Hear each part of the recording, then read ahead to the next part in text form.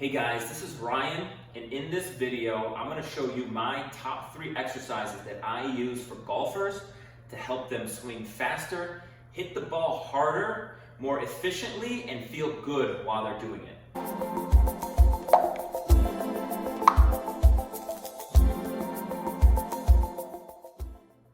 So, like I said, in this video, I'm going to show you 3 exercises. And the way that I'm going to do this is I'm going to go through the 3 exercises and just show them to you with very little cueing. So you get an idea of what it is I want you to do.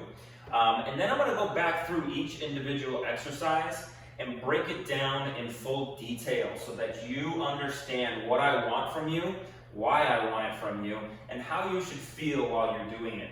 Okay, so the first exercise, you're going to have your golf club. You're going to bring your hands overhand on your golf club and just outside your shoulders. So just outside shoulder width.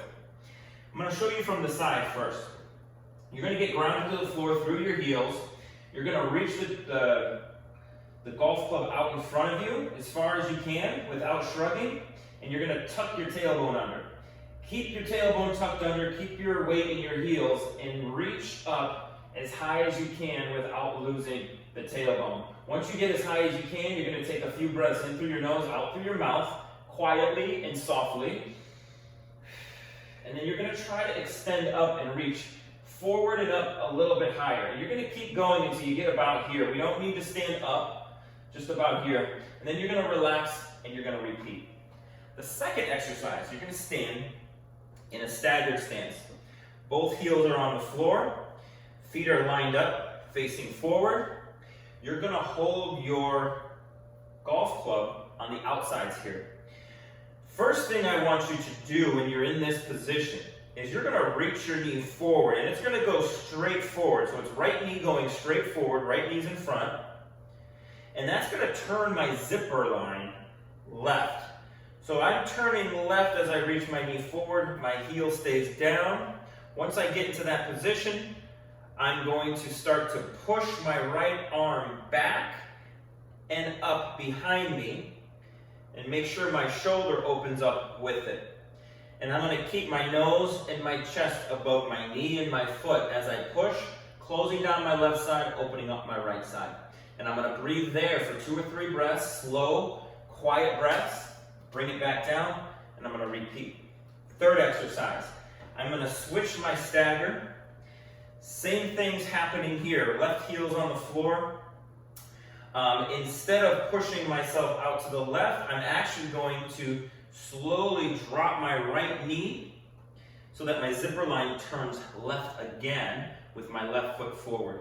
I'm going to hold on to the golf club the same way. And instead of going up and out, I'm going to go down and back, reaching behind me and down towards the corner of the floor. And I've got to make sure that my chest and my nose stay over my foot and they don't cross over like this. So staying here and pushing down and back. I'm reaching back and down as I stay forward. Hold that for 2 breaths to 3 breaths, in and out, slow and soft, and then repeat it, okay? So let me go back through all of these, and I'm going to break them down even further, all right? The reason we're doing this one is as you can get into a position where your hamstrings and your glutes actually ground you to the floor, it gives you better connection to the ground, and the ground is a big part of where you produce force from. All right, so your right butt can't push you left without being very grounded to the floor. So we want to get good at grounding. This is also to correct some posture issues as well. So hamstrings are pulling my butt under. As I reach forward, it gives me more abs. You can see I stay back as I reach. I don't reach forward with my chest. I stay back and I tuck under. It connects me more to my abdominals. And then we don't want to be hunched over. We want to be able to extend, but we want to be able to extend in the areas that is limiting us, which is usually in around the thoracolumbar spine or into the mid-back. A lot of people get their extension from their butt. So we're going to ground ourselves. We're going to reach forward, find our abs, retract our rib cage back, and then we're slowly reaching up so that I stay in here, reaching forward as I reach up, and breathing. The breathing allows me to download that position and posture as a plus, as good, as doable. It also creates expansion from the inside out, so that the difference between doing stretches, normal stretches, is that you're just stretching surface area stuff. When you can get into positions and force expansion and mobility from your breath, from the inside out, that sticks much better, okay? So when I get up here, I'm coming in, grounded, staying grounded, extending through my spine, breathing. I'm getting in my core more, I'm getting into my hamstrings and glutes, I'm getting grounded, so that not only can I produce force well, but I can transfer force much more cleanly and efficiently, and I can stay in my abdominals so that my back and neck and shoulders don't take the brunt of the stress, if you will. All right, the second exercise, it's always right leg forward, both heels down. I'm turning my zipper line left and reaching my knee forward because that's my right butt that I want to connect to. I'm keeping my heel on the ground because that's my right hamstring I want to connect to, so I'm staying out of the quad a little bit and I'm staying grounded. I will feel my quad, but I want my quad to work with my hamstring and my glute, not just by itself. All right, so I shouldn't feel much stress in my knee. What I should feel is my quad working, my butt working, my hamstring working, and then I'm turning my pelvis left so that when I load up, I can be able to get left appropriately, efficiently, and powerfully. So I'm loading this position, loading my right leg and staying left.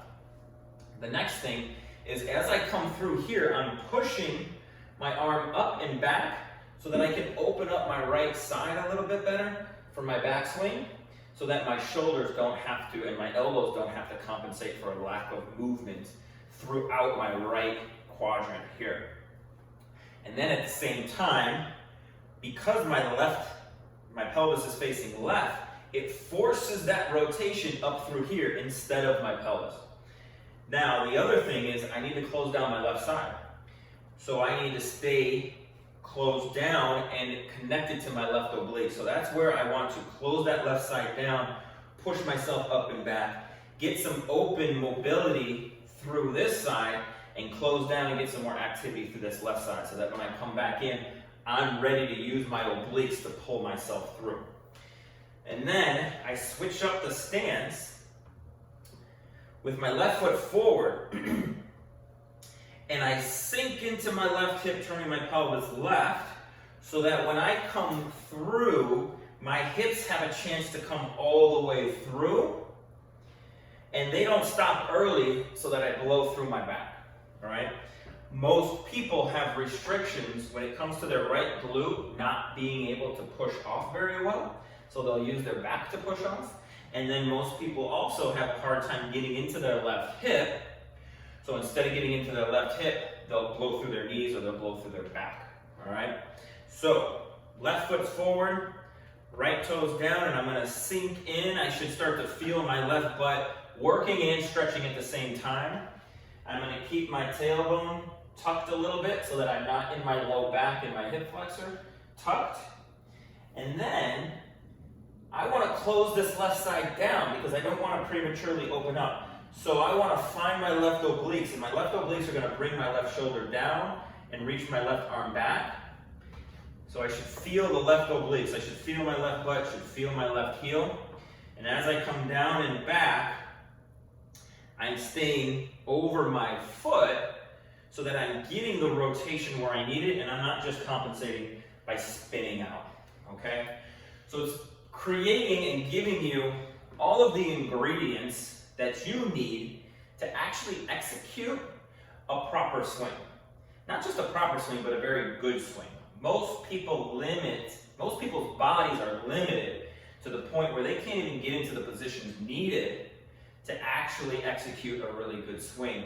And if they get into those positions, they tend to not be able to control it very well, so they're compensating a lot. That's why you see a lot of stress in the elbows, in the shoulders, in the back, in the knees, because those are areas that are compensating for a lack of movement where they needs to be, and a lack of control of movement where it needs to be. All right, so I know that's a lot, but the better you get at these, I guarantee you, the better you're gonna feel when you swing, You're going to have more effortless power. You're going to be able to get into your backswing and get into your follow through a little bit more easy and less restricted. Okay, so please follow along the instructions. Practice first and get good at these, and then use these fairly frequently. The more frequently you use them, the more your body will actually move this way. All right, so hope you have a good time with these and hope they help you with your golf swing.